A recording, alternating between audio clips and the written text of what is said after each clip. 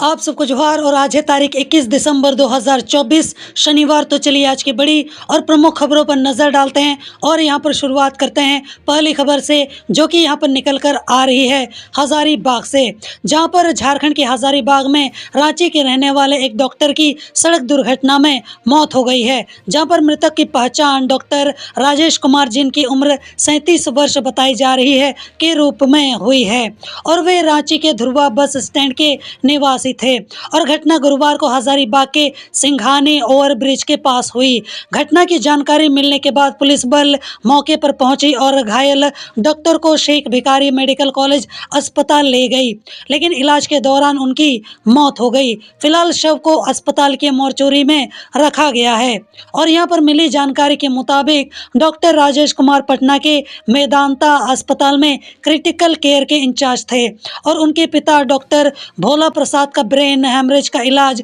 रांची के city trust अस्पताल में चल रहा है। वे अपने पिता से ही मिलकर पटना जा रहे थे और डॉक्टर राजेश कुमार अपनी कार खुद चलाकर जा रहे थे और इसी दौरान हज़ारीबाग के सिंघानी ओवरब्रिज के पास उनकी कार एक अन्य वाहन से टकरा गई और इससे वे गंभीर रूप से घायल हो गए और इसके बाद उन्हें अस्पताल ले जाया गया, जहां उनकी मौत हो गई। घटना की जानकारी उनके परिवार वालों को दे दी गई है। चलिए बढ़ते हैं अगली खबर की ओर, जहां पर रांची के बड़ा तालाब में अज्ञात व्यक्ति का शव मिला है और पुलिस मौके पर पहुंच गई है और इस मामले की जांच भी कर रही है। फिलहाल यहां पर मृतक व्यक्ति की पहचान नहीं हो पाई है। पुलिस ने शव को कब्जे में लेकर पोस्टमार्टम के लिए भेज दिया है। चलिए बढ़ते हैं अगली खबर की ओर, जहां पर कृषि मंत्री शिल्पी नेहा तिर्की ने डीजीपी अनुराग गुप्ता को पत्र लिखा है और किसानों के प्रति चिंता जाहिर की है। उन्होंने पत्र लिखकर कहा है कि राज्य के किसानों द्वारा खेतिहर पशुओं के अलावा दुधारू एवं अन्य पालतू जानवरों की खरीद बिक्री के लिए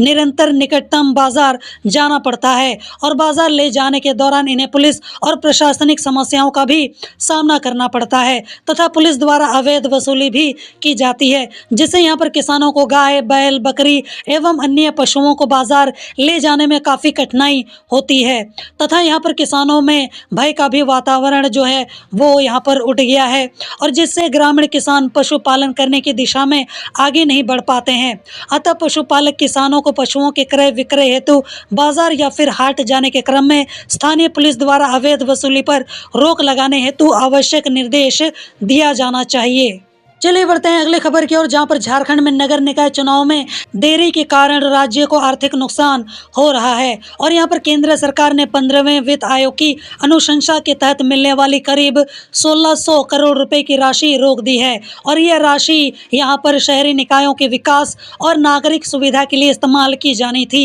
यहां पर राज्य सरकार ने केंद्र को पत्र लिखकर अनुरोध किया है कि निकाय चुनाव में देरी के बावजूद सहायता राशि यहां पर जारी की जाए। सरकार का कहना है कि ट्रिपल टेस्ट प्रक्रिया पूरी की जाने के बाद चुनाव कराए जाएंगे और हालांकि यहां पर केंद्र ने अभी तक कोई भी जवाब इस पर नहीं दिया है। वहीं यहां पर ट्रिपल टेस्ट की जिम्मेदारी झारखंड राज्य पिछड़ा वर्ग आयोग की है और यहां पर आयोग के अध्यक्ष योगेंद्र प्रसाद के मंत्री बनने के बाद से यह पद खाली है, जिससे यहां पर प्रक्रिया अटक गई है। सुप्रीम कोर्ट ने ट्रिपल टेस्ट के बिना चुनाव कराने पर रोक लगा रखी है। जनवरी 2023 में हाईकोर्ट ने 3 हफ्ते में चुनाव कराने का आदेश दिया था, लेकिन सरकार ने हलफनामा देकर बताया कि ट्रिपल टेस्ट के बाद ही यहाँ पर चुनाव जो है वो संभव होगा। और यहाँ पर मैं आपको बताता चलूँ कि निकाय चुनाव न होने से राज्य को केंद्र से मिलने वाली अनुदान राशि नहीं मिल रही है और यह राशि शहरी विकास, नागरिक सुविधाओं और संसाधन बढ़ाने में खर्च की जाती अगर मिलती तो। चलिए बढ़ते हैं अगले खबर की ओर, जहां पर राज्य के बड़े शहरों में अब 4 अलग अलग थानों को एक ही इमारत में बनाया जाएगा और इसके लिए बहुमंजिला इमारतों का निर्माण किया जाएगा। नई योजना के तहत इमारत की अलग अलग मंजिलों पर साइबर थाना, महिला थाना, SC/ST थाना और इसके अलावा HTU थाना होंगे और यहाँ पर इस इंटीग्रेटेड थाना भवन योजना को डीजीपी अनुराग गुप्ता ने तैयार किया है और इसके क्रियान्वयन की जिम्मेदारी IG प्रोविजन पंकज कंबोज को दी गई है। इसके अलावा यहाँ पर पुलिस मुख्यालय इस योजना को लागू करने के लिए शुक्रवार को वीडियो कॉन्फ्रेंसिंग के जरिए जिलों के यहाँ पर एसपी के साथ बैठक जो है वो करेगा और यहाँ पर बैठक में एसपी को जमीन की उपलब्धता के आधार पर प्रस्ताव तैयार कर पुलिस मुख्यालय भेजने को कहा जाएगा और नए भवन में महिला पुलिसकर्मियों के लिए अलग बैरक और अन्य सुविधाएं भी दी जाएंगी। वहीं यहाँ पर एक जगह 4 थाने होने से लोगों को ज्यादा सुविधा मिलेगी और इससे यहाँ पर जमीन और खर्च की बचत भी होगी, क्योंकि अलग अलग थाने बनाने में ज्यादा जगह और पैसा भी लगेगा। चलिए बढ़ते हैं अगली खबर की ओर, जहां पर झारखंड की महिलाओं को मैया सम्मान योजना की राशि का बेसब्री से इंतजार है और यहां पर मिली जानकारी के मुताबिक राज्य सरकार ने मैया सम्मान योजना के तहत महिलाओं को क्रिसमस से पहले 2500 रुपये देने की तैयारी कर ली है और यहां पर समाज कल्याण विभाग के अनुसार यह राशि 22 या फिर 23 दिसंबर तक महिलाओं के खाते में भेज दी जाएंगी और यहाँ पर मुख्यमंत्री हेमंत सोरेन ने इस योजना के लिए अनुमति दे दी है। और यहाँ पर मैं आपको बता दूं कि पहले इस योजना के तहत महिलाओं को 1000 रुपये मिलते थे, जबकि अब इसको बढ़ाकर 2500 रुपये कर दिया गया है। यह पहली बार है कि जब लाभार्थियों को बढ़ी हुई राशि दी जाएगी और राज्य सरकार ने राशि भेजने के बाद महिलाओं को इसकी जानकारी देने के लिए 1.5 करोड़ SMS खरीदने की तैयारी की है। जैसे ही यहाँ पर राशि खातों में जमा होगी, महिलाओं के मोबाइल नंबर पर इसकी सूचना भेज दी जाएगी। चलिए बढ़ते हैं अगली खबर की ओर, जो कि यहाँ पर निकल कर आ रही है गिरिडीह से, जहाँ पर राजकुमार मंडल पोरैया गिरिडीह निवासी ने निमिया घाट पुलिस को आवेदन देकर रंगदारी वसूले जाने की शिकायत की है और मंडल ने इसके लिए पुलिस को आवेदन देकर कार्रवाई की मांग की है। मंडल ने आवेदन में लिखा है कि विनोद महतो के द्वारा 4-5 सहयोगियों के साथ मिलकर ट्रक संख्या WB 1910530 को पीछा कर यहाँ पर कुलगी टोल प्लाजा के पास में जबरन रोका गया और यहाँ पर ड्राइवर से मारपीट कर 90,000 रुपया जान से मारने का भय दिखाकर रंगदारी मांगी गई। और यहाँ पर कहा है कि घटना जो है वो 16 दिसंबर की है और ये भी कहा है कि जब ड्राइवर ने विरोध किया तो उसको यहाँ पर जान से मार देने की यहाँ पर धमकी देकर ऑनलाइन रुपए जो है वो लिए गए हैं और इस घटना को लेकर पुलिस से कार्रवाई की भी मांग की गई है। और आगे कहा है कि आरोपियों ने जान से मारने की धमकी भी दी है और विनोद महतो ने राजकुमार मंडल को भी जान से मारने की धमकी दी है। और इसके अलावा बाकी सारा डेटा डिटेल्स तो आपको अपनी स्क्रीन पर देखने को मिल ही रहा होगा, जिसको आराम से आप पॉज करके पढ़ सकते हो। चलिए बढ़ते हैं अगली खबर की ओर, जो कि यहाँ पर निकल कर आ रही है सिमडेगा से, जहाँ पर जिले के जलडेगा प्रखंड के टीनगिना पंचायत अंतर्गत सुदूरवर्ती गांव टिकरा में जनता दरबार कार्यक्रम का आयोजन किया गया और यहाँ पर ग्रामीणों द्वारा पारंपरिक रूप से अतिथियों का स्वागत किया गया। जनता दरबार कार्यक्रम में प्रखंड स्तरीय सभी विभागों के पदाधिकारी, कर्मचारी एवं प्रखंड के जनप्रतिनिधियों ने उपस्थित होकर टिकरा गाँव की समस्याओं को सुना और उसे निश्चित समय अवधि में दूर करने का आश्वासन भी दिया है। और कार्यक्रम के अंतर्गत विभिन्न विभागों के कुल 207 आवेदन प्राप्त हुए और यहाँ पर मैं आपको बता दूं कि सोशल मीडिया और दैनिक अखबारों में प्रकाशित हुआ था कि टिकरा गांव में पेयजल की गंभीर समस्या के कारण लोगों को यहाँ पर काफी ज्यादा कठिनाई होती है और यहाँ पर लोग जो है वो नदी का गंदा पानी पीने को मजबूर हैं। और मामला जिला स्तर तक जाने के बाद उपायुक्त सिमडेगा के निर्देश पर ग्रामीणों की समस्याओं को सुनकर उनका निराकरण हेतु जनता दरबार कार्यक्रम का आयोजन किया गया। और कार्यक्रम में PhD विभाग के प्रतिनिधि के द्वारा बताया गया है कि जनवरी के अंत तक टिकरा गांव के विभिन्न टोलों में पेयजल की समस्या को दूर कर दिया जाएगा और वर्तमान में कई टोलों में बोरिंग गाड़ी नहीं पहुंच पाएगी, जिसमें कुछ समय लगेगा। चलिए बढ़ते हैं अगली खबर की ओर, जो कि यहाँ पर निकल कर आ रही है राजधानी रांची से, जहाँ पर पार्टी अध्यक्ष सुदेश कुमार महतो ने हरमो स्थित केंद्रीय कार्यालय में आयोजित केंद्रीय पदाधिकारियों की बैठक में कुछ बातें कही। जैसे कि उन्होंने कहा है कि जनता से किए गए सभी वादे पूर्ण करने की यहाँ पर दिशा में जो सरकार है वो कार्य करे। हालांकि इनकी मंशा हमेशा से मुद्दों से पलायन करने की रही है। महिलाओं, किसानों, युवाओं के साथ हकमारी ना हो, यह सुनिश्चित किया जाना चाहिए। सरकार की पहल में राजनीति दिखती है, ईमानदारी नहीं। और स्थानीय नियोजन और विस्थापन नीति बनाने के साथ ही जातीय सर्वेक्षण का वादा जल्द पूरा करे सरकार। और यहाँ पर समय के साथ राजनीति ने भी अपना चरित्र बदला है और इस बदली हुई परिस्थिति में उत्पन्न चुनौतियों का पूरी मजबूती से सामना करना है। वहीं यहाँ पर आगे उन्होंने ये भी कहा है कि संघर्ष से घबराने वाली नहीं बल्कि संघर्ष से निखरने वाली पार्टी है आजसू और जनादेश के अनुसार मजबूत विपक्ष की भूमिका निभाने के लिए हम तैयार तैयार हैं और हम जनता की आवाज़ को सड़क से सदन तक पहुंचाने का काम करेंगे और राज्यवासियों की आवश्यकता के अनुरूप पूरी ऊर्जा के साथ पार्टी के सभी कार्यकर्ता कार्य करेंगे और चुनाव परिणाम को हम नई ऊर्जा के साथ आगे बढ़ने के अवसर के रूप में देखते हैं। हमारी प्राथमिकता जनता की सेवा करना और उनके विश्वास को प्राप्त करना है। इसके लिए हम पूर्व की तरह ही जनता के बीच में रहेंगे और उनकी समस्याओं के समाधान के लिए संघर्ष करेंगे। चलिए बढ़ते हैं अगली खबर की ओर, जहां पर तेजी से बदल रहे पर्यावरण का प्रभाव सबसे अधिक किसानों और ग्रामीण समुदाय पर देखने को मिल रहा है और जिनको समझ में नहीं आ रहा कि यहां पर किस मुद्दे को लेकर चर्चा की जा रही है, तो आपने कहीं ना कहीं ग्लोबल वार्मिंग का नाम तो सुना ही होगा। तो बस इसी के बारे में यहाँ पर जिक्र किया जा रहा है। तो ऐसे में समय रहते इससे बचाव के तरीकों के बारे में भी सजग करना होगा और सजग होना भी बहुत ही ज़्यादा ज़रूरी है। और इसी सोच के साथ गुरुवार 19 दिसंबर को पीटरवार के वन श्रमागार में वन विभाग के साथ असर SIDHA और यहाँ पर पंच सफर नामक संस्था के संयुक्त प्रयास से एक कार्यशाला जलवायु परिवर्तन और हम एक पहल समाधान की ओर का आयोजन किया गया और जहाँ पर बड़ी संख्या में पीटरवार और आसपास के इलाकों से वन रक्षा समिति से जुड़े लोग और पंचायत प्रतिनिधि जो हैं वो शामिल हुए। वहीं मौके पर बतौर मुख्य अतिथि APPCF रवि रंजन ने कहा है कि national mission on strategic knowledge for climate change से पूरे झारखंड में 25,000 लोगों को जोड़ने का लक्ष्य रखा गया है और इस लक्ष्य को आगामी 5 साल में पूरा किया जाएगा। और पर्यावरण के हर क्षण बदलते हालात के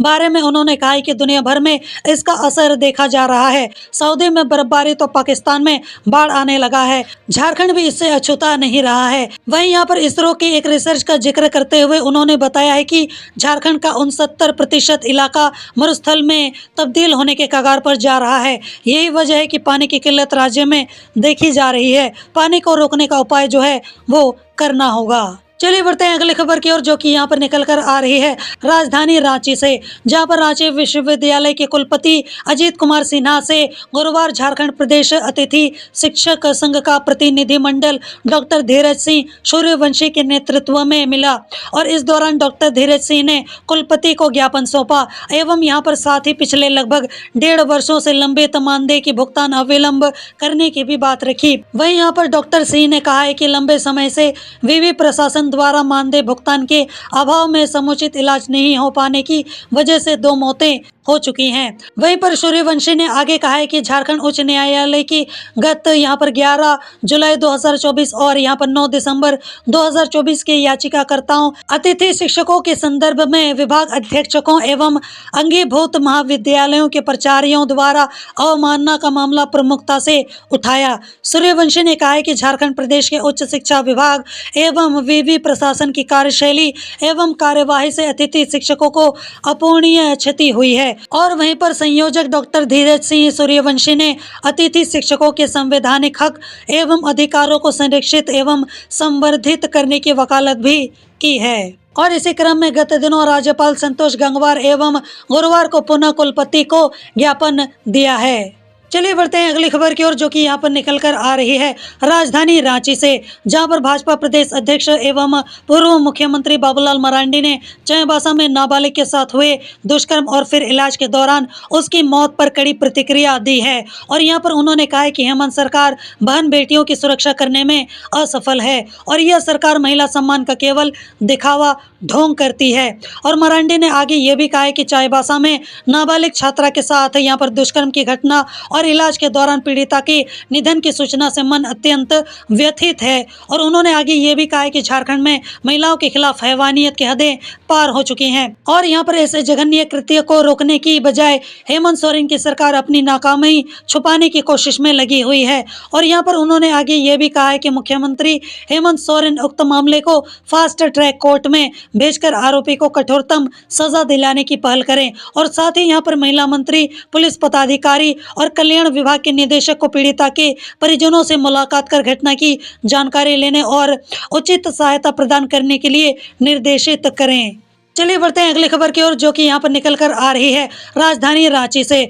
जहां पर केंद्रीय गृह मंत्री अमित शाह द्वारा बाबा साहेब भीमराव अंबेडकर पर आपत्तिजनक टिप्पणी के विरोध में झारखंड प्रदेश कांग्रेस कमेटी द्वारा प्रदर्शन किया गया। और इस दौरान यहां पर कांग्रेस भवन से अल्बर्ट एक्का चौक तक प्रदेश कांग्रेस अध्यक्ष केशव महतो कमलेश के नेतृत्व में विरोध मार्च निकालकर प्रदर्शन किया गया। और वहीं यहाँ पर अमित शाह का पुतला भी दहन किया गया। केशव महतो कमलेश ने कहा है कि संविधान भारत के लोकतंत्र की आत्मा है और जिसके शिल्पकार बाबा साहब हैं, और ऐसे महान विभूति को अपमानित करना लोकतंत्र की पीठ में खंजर घोंपने के समान है। भाजपा देश के नागरिकों के वर्तमान संविधान को समाप्त कर आरएसएस के विचारों द्वारा तैयार संविधान को लागू करना चाहती है। और यहाँ पर उन्होंने आगे ये भी कहा है कि भाजपा संघ के विधान को लागू करना चाहती है। इसके शुरुआती चरण में बाबा साहब का अपमान कर भूमिका तैयार की जा रही है। और यहाँ पर आरएसएस के निर्देशों पर चलने वाली भाजपा अपने जन्म काल से ही देश के संविधान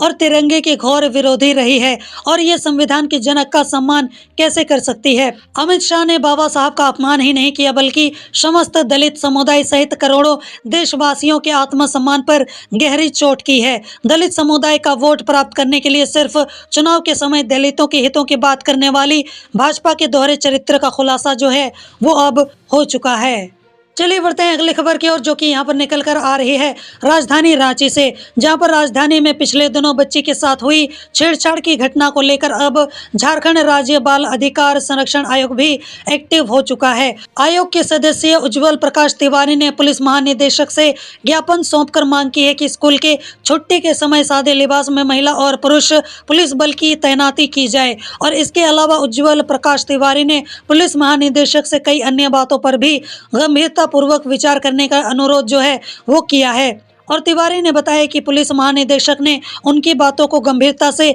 सुनते हुए इस पर उचित कार्रवाई करने का भरोसा भी दिलाया है। और ज्ञापन में बाल अधिकार संरक्षण आयोग के सदस्य ने यहाँ पर निम्न बातों पर तत्काल कानूनी कार्रवाई करते हुए व्यवस्था करने की भी यहाँ पर मांग की है। और यहाँ पर जो भी सारी मांगे रखी गई हैं और वो सभी मांगे क्या है उसकी पूरी लिस्ट, डेटा डिटेल्स आपको अपनी स्क्रीन पर देखने को मिल जाएगी, जो कि आप यहाँ पर आराम से पॉज करके पढ़ सकते हो। चलिए बढ़ते हैं अगली खबर की ओर, जो कि यहाँ पर निकल कर आ रही है राजधानी रांची से, जहाँ पर हेमंत सोरेन कैबिनेट की अगली बैठक प्रोजेक्ट भवन ध्रुवा में 24 दिसंबर को होगी। और मंत्रिमंडल सचिवालय ने इसको लेकर पत्र भी जारी किया है। और इस पत्र के अनुसार कैबिनेट की बैठक 24 दिसंबर को अपराह्न 4 बजे से प्रोजेक्ट भवन स्थित मंत्रिपरिषद कक्ष में होगी। और यहाँ पर सीएम हेमंत सोरेन की अगुवाई में सरकार बनने के बाद कैबिनेट की ये तीसरी बैठक होगी। और बाकी पहली कैबिनेट की बैठक में कौन से फैसले लिए गए थे उसकी पूरी लिस्ट और डेटा डिटेल्स आपको अपनी स्क्रीन पर देखने को मिल रही होगी, जिसको आप आराम से पॉज करके पढ़ सकते हो। चलिए बढ़ते हैं अगली खबर की ओर, जहां पर झारखंड आंदोलनकारियों को अब राज्य सरकार प्रतिमाह 10,000 रुपए पेंशन देगी। और आंदोलनकारियों की पेंशन राशि बढ़ाने के साथ ही इसकी श्रेणियों को भी खत्म कर एक समान पेंशन देने की व्यवस्था की जा रही है। अब तक यह पेंशन जेल में रहने की अवधि के आधार पर 3 श्रेणियों में दी जा रही थी। मैं यहाँ पर आपको बता दूं कि 3 माह तक जेल में रहने वालों को 3500 रुपये, 6 माह तक जेल में रहने वालों को 5,000 रुपये और 6 माह से अधिक समय तक जेल में रहने वालों को 7,000 रुपए प्रति माह की पेंशन अभी मिल रही है। वहीं यहाँ पर जो जेल नहीं गए लेकिन आंदोलन में शामिल रहे उन्हें केवल प्रशस्ति पत्र और सम्मान मिलता था। अब यहाँ पर प्रशस्ति पत्र के अलावा 1,000 से 1,500 रुपए की राशि भी यहाँ पर दी जाएगी। अब तक करीब 40,000 आंदोलनकारी चिन्हित किए जा चुके हैं। साथ ही साथ यहाँ पर आंदोलनकारियों को एक समान पेंशन देने संबंधित फाइल गृह विभाग के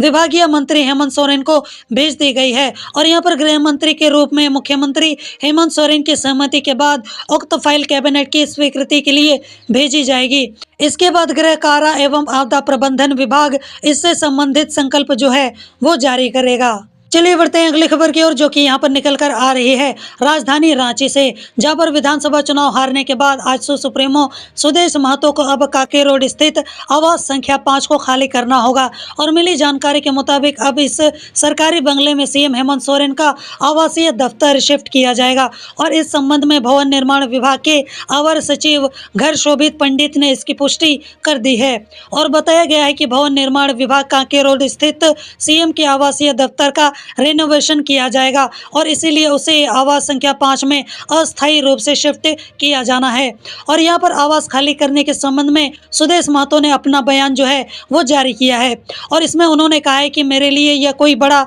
विषय नहीं है। आवास खाली करना सरकार का निर्णय है और विधायक की हैसियत से यह बंगला मिला था। हालांकि जब उनसे पूछा गया कि आप 2014 में विधायक नहीं थे, फिर भी इस बंगले में कैसे रह रहे थे, तो यहाँ पर जवाब में उन्होंने कहा कि तब सरकार ने यहाँ पर नियम में बदलाव कर यह सुविधा मुहैया कराया था। सुदेश महतो ने आगे कहा है कि इस बार उस बंगले को मिनिस्टर पुल में रखा गया है, इस लिहाज से मेरे लिए अब इस आवास का कोई मतलब नहीं है। और यहाँ पर इस खबर के आखिर में मैं आपको बताता चलूँ कि सुदेश महतो जो है वो चुनाव हार चुके हैं और इसलिए उनको बंगला जो है वो खाली करना पड़ रहा है, क्योंकि अब यहाँ पर उनका अधिकार नहीं है। लेकिन आपको ये भी जानना जरूरी है कि सुदेश महतो आवास संख्या 5 में साल 2009 से रह रहे हैं और यहाँ पर पूर्व में इस बंगले में मुख्य सचिव रहते थे। 2009 में डिप्टी सीएम बनने पर सुदेश महतो ने इस आवास को अपने नाम से यहाँ पर आवंटित जो है वो करार लिया था। चलिए बढ़ते हैं अगली खबर की ओर, जहां पर गिरिडीह के डुमरी थाना क्षेत्र में गुरुवार को सड़क दुर्घटना में एक महिला की मौत हो गई और यहां पर डुमरी के करिहारी में एक कार ने पैदल जा रही महिला को धक्का मार दिया और इससे महिला जो है वो गंभीर रूप से घायल हो गई, जिसके बाद आनन फानन में उसे रेफरल अस्पताल ले जाया गया। यहाँ से प्राथमिक उपचार के बाद महिला को बेहतर इलाज के लिए बोकारो के एक अस्पताल ले जाया गया, जहाँ पर इलाज के दौरान यहाँ पर महिला ने दम तोड़ दिया और इस हादसे में मृत महिला की पहचान करिहारी के रहने वाले डीलर संघ के उपाध्यक्ष सह जेएमएम नेता चंदेश्वर महतो की 58 वर्षीय पत्नी शांति देवी के रूप में की गई है। और यहाँ पर मैं आपको बताता चलो कि घटना की जानकारी मिलते ही पूर्व मंत्री बेबी देवी ने शोक संतप्त परिवार से मुलाकात की और उन्हें सांत्वना भी दी है। वहीं यहाँ पर पुलिस ने मृतका के शव को पोस्टमार्टम के लिए गिरिडीह भेज दिया है, साथ ही यहाँ पर कार को जब्त कर थाना ले गई है। चलिए बढ़ते हैं अगली खबर की ओर, जहां पर उपायुक्त रांची मंजुनाथ भजंत्री द्वारा गुरुवार को समाहरणालय के कॉन्फ्रेंस कक्ष में वार्षिक माध्यमिक एवं इंटरमीडिएट परीक्षा 2025 के लिए परीक्षा केंद्र चयन समिति की बैठक आयोजित की गई और यहां पर बैठक में अनुमंडल शिक्षा पदाधिकारी रांची तृप्ति कुमारी, इसके अलावा अध्यक्ष जिला मदरसा संघ, अध्यक्ष रांची जिला इंटरमीडिएट शिक्षक संघ, अध्यक्ष रांची जिला संस्कृत शिक्षक संघ एवं संबंधित पदाधिकारी उपस्थित रहे। और यहां पर उपायुक्त रांची द्वारा बैठक में वार्षिक माध्यमिक एवं इंटरमीडिएट परीक्षा 2025 हेतु निर्धारित केंद्र प्रखंडवार एवं अनुमंडलवार समीक्षा जो है वो की गई है। और यहां पर वार्षिक माध्यमिक परीक्षा 2025 हेतु निर्धारित केंद्र एवं छात्रों का प्रखंडवार केंद्रों की संख्या कुल 102 और यहां पर कुल संलग्न विद्यालय की संख्या 314, कुल छात्र संख्या यहां पर 38,139 है। वहीं यहां पर वार्षिक इंटरमीडिएट परीक्षा 2025 हेतु निर्धारित केंद्र प्रखंडवार एवं अनुमंडलवार जैसे कि रांची अनुमंडल, बुंडू अनुमंडल, खलारी अनुमंडल,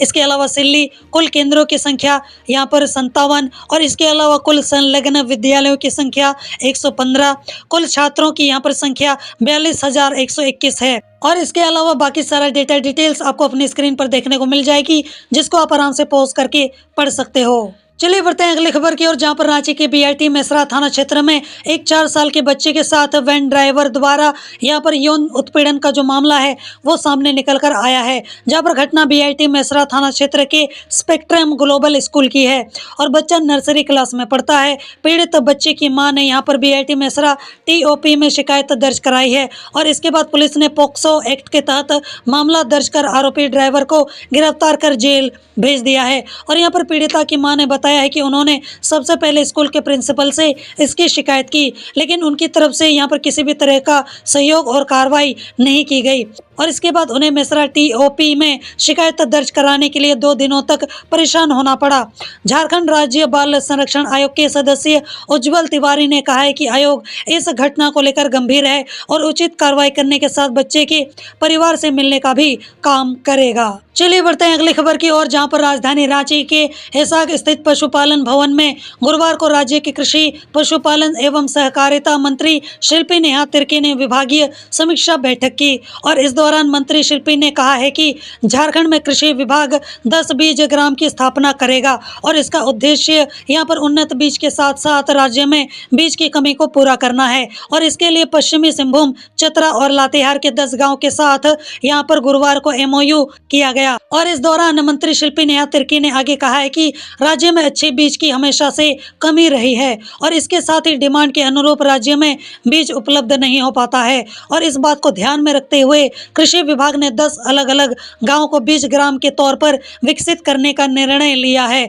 और यहाँ पर किसानों के द्वारा तैयार बीज को खुद सरकार खरीदने का काम करेगी। फिर उस बीज को राज्य के किसानों के बीच तय सब्सिडी दर पर वितरित किया जाएगा। और यहाँ पर मैं आपको बता दूं कि पशुपालन भवन में समीक्षा के दौरान मंडुआ का उत्पादन करने वाले राज्य के 1400 किसानों के खाते में DBT के माध्यम से राशि जो है वो हस्तांतरित की गई और वहीं राज्य सरकार मंडुआ की खेती करने वाले किसानों को 3000 रुपये प्रति एकड़ की दर से राशि का भुगतान करती भी है। और यहाँ पर शिल्पी नेहा तिर्की ने कहा है कि विभाग के द्वारा पंचायत स्तर पर इसकी मैपिंग भी की जाती है। साथ ही साथ कृषि, पशुपालन एवं सहकारिता मंत्री ने कहा है कि विभाग FPO यानी कि फार्मर्स प्रोड्यूसर ऑर्गेनाइजेशन को मजबूत करने में जुटा है और इसी क्रम में लोहरदगा के FPO को 15 लाख रुपए की राशि प्रदान की गई। और इस समीक्षा बैठक के दौरान केंद्र और राज्य सरकार के द्वारा संचालित योजनाओं पर चर्चा हुई और मंत्री शिल्पी नेहा तिर्की ने योजनाओं को गति देने को लेकर अधिकारियों को कई तरह की यहाँ पर दिशा निर्देश भी दिए हैं। चलिए बढ़ते हैं अगली खबर की ओर, जहां पर रांची नगर निगम जनवरी 2025 से शहर के सभी घरों का सर्वे शुरू करेगा और इस सर्वे का उद्देश्य यह पता लगाना है कि कौन से आवासीय भवनों का उपयोग व्यावसायिक गतिविधियों के लिए किया जा रहा है और ऐसे भवन मालिकों से व्यावसायिक होल्डिंग टैक्स वसूला जाएगा। अगर किसी घर में कोई दुकान, लॉज, हॉस्टल या फिर किराएदार हैं तो उस प्रॉपर्टी को व्यावसायिक श्रेणी में रखा जाएगा और यहाँ पर निगम उस पर व्यावसायिक टैक्स लेगा। और अब तक नगर निगम ने 64 ऐसे भवनों को नोटिस भेजा है और जिनसे यहाँ पर आवासीय टैक्स लिया जा रहा था, लेकिन उनका उपयोग व्यावसायिक कार्यों के लिए किया जा रहा है। इन भवन मालिकों से 1 हफ्ते में जवाब मांगा गया है। 2024-25 में नगर निगम ने 83 करोड़ रुपए होल्डिंग टैक्स वसूली का लक्ष्य रखा था और अब तक 60 करोड़ रुपए की वसूली भी हो चुकी है। निगम जल्द ही बाकी राशि वसूलने की योजना बना रहा है। वहीं अगर किसी को अपने इलाके में चल रहे लॉज, हॉस्टल, मैरिज हॉल या फिर बैंक्वेट हॉल से कोई परेशानी है तो वे 15 दिन के भीतर नगर निगम में शिकायत दर्ज करा सकते हैं। अगर शिकायत सही पाई गई तो इनको लाइसेंस नहीं दिया जाएगा। वर्तमान में 152 लॉज, हॉस्टल और मैरिज हॉल ने लाइसेंस के लिए आवेदन किया है और इन प्रतिष्ठानों की सूची निगम की वेबसाइट पर उपलब्ध है और अगर किसी को इनमें से किसी पर आपत्ति है तो वे अपनी शिकायत निगम को कर सकते हैं। और यहाँ पर नगर विकास मंत्री दिव्य कुमार सोनू ने अधिकारियों को निर्देश दिया है कि टैक्स चोरी रोकने और यहाँ पर नगर निगम का राजस्व बढ़ाने के लिए इस सर्वे को प्राथमिकता दी जाए। चलिए बढ़ते हैं अगली खबर की ओर, जहां पर पलामू जिले के मोहम्मदगंज थाना क्षेत्र में गुरुवार रात एक तेज रफ्तार कार ने 5 लोगों को कुचल दिया और हादसे में 2 लोगों की मौके पर ही मौत हो गई जबकि 3 लोग गंभीर रूप से घायल हो गए हैं। यह घटना मोहम्मदगंज जपला मुख्य सड़क पर सबनवा मोड़ के पास हुई है और सड़क किनारे कुछ लोग अलाव ताप रहे थे, तभी तेज रफ्तार कार ने उन्हें टक्कर मार दी। हादसे में अरशद खान और आरिफ खान की मौत हो गई है जबकि इमरान खान और जहांगीर खान और हसनैन खान गंभीर रूप से घायल हो गए हैं। वहीं घटना के बाद स्थानीय लोगों ने कार सवार संदीप सिंह को पकड़ लिया और उसकी पिटाई कर दी, फिर पुलिस को भी सौंप दिया। वहीं कार में सवार एक अन्य युवक मौके से फरार हो गया। हादसे के बाद गुस्साए ग्रामीणों ने मोहम्मदगंज जपला मुख्य सड़क को जाम कर दिया। जाम करीब 7 घंटे तक रहा। शुक्रवार सुबह 4 बजे SDO और SDPO के समझाने के बाद जाम जो है वो हटाया जा सका। चलिए बढ़ते हैं अगली खबर की ओर, जहां पर रांची मेदिनीनगर NH पर सदर थाना क्षेत्र के उदयपुरा के पास शुक्रवार सुबह करीब 7:30 बजे रांची मेदिनीनगर NH 75 पर ट्रक और यात्री बस में भयानक टक्कर हो गई और इस हादसे में बस और ट्रक का जो अगला हिस्सा है वो बुरी तरीके से क्षतिग्रस्त हो गया। वहीं यहाँ पर हादसे में करीब आधा दर्जन लोग घायल हो गए। हालांकि सभी घायलों को तुरंत सदर अस्पताल में भर्ती कराया गया। गंभीर रूप से घायल कुछ यात्रियों को बेहतर इलाज के लिए रांची रिम्स रेफर कर दिया गया है। वहीं यहाँ पर मिली जानकारी के मुताबिक पम्मी नामक यात्री बस लातेहार डीही मुरुप से हजारीबाग जा रही थी और रास्ते में उदयपुरा के पास सड़क किनारे खड़ी एक ट्रक से ओवरटेक करने के दौरान बस सामने से आ रही दूसरी ट्रक से भिड़ गई और घटना की जानकारी मिलने के बाद पुलिस ने मौके पर पहुंचकर यात्रियों को अस्पताल भेजा और यहाँ पर मामले की जांच जो है वो शुरू कर दी है। और यहाँ पर पुलिस ने बताया कि हादसे में बस चालक की लापरवाही की भी जांच जो है वो की जा रही है। चलिए बढ़ते हैं अगली खबर की ओर, जहां पर गिरिडीह जिले के डुमरी थाना क्षेत्र के जिलिमटांड गांव में गुरुवार रात खलिहान में लगी आग में मां और बेटे की जिंदा जलकर मौत हो गई और घटना के बाद गांव में शोक का माहौल है। मृतका की पहचान 45 वर्षीय नुनिया देवी और उसके बेटे बाबू चांद मुर्मू के रूप में हुई है। और यहां पर मिली जानकारी के मुताबिक दोनों साथ में खलिहान में पुआल के खुंबा में सो रहे थे और ठंड से बचने के लिए पास में लकड़ियों का अलाव जलाकर रखा था और रात में अलाव की आग पुआल लग गई और जिससे कुंभा जो है वो पूरी तरीके से जलकर खाक हो गया और आग इतनी तेजी से फैली कि यहाँ पर माँ बेटा कुंभा से बाहर नहीं निकल पाए और ना ही यहाँ पर किसी को मदद के लिए पुकार पाए। आग की लपटों ने दोनों को अपनी चपेट में ले लिया जिससे यहाँ पर उनके मौके पर ही मौत हो गई। और यहाँ पर घटना की जानकारी मिलते ही ग्रामीण मौके पर पहुंचे और तुरंत पुलिस को सूचना दी। वहीं यहाँ पर डुमरी थाना प्रभारी जगन्नाथ पान ने बताया कि पुआल के कुंभा में आग लगने की वजह से यह हादसा हुआ है और यहाँ पर पुलिस ने दोनों शवों को कब्जे में लेकर पोस्टमार्टम के लिए भेज दिया है।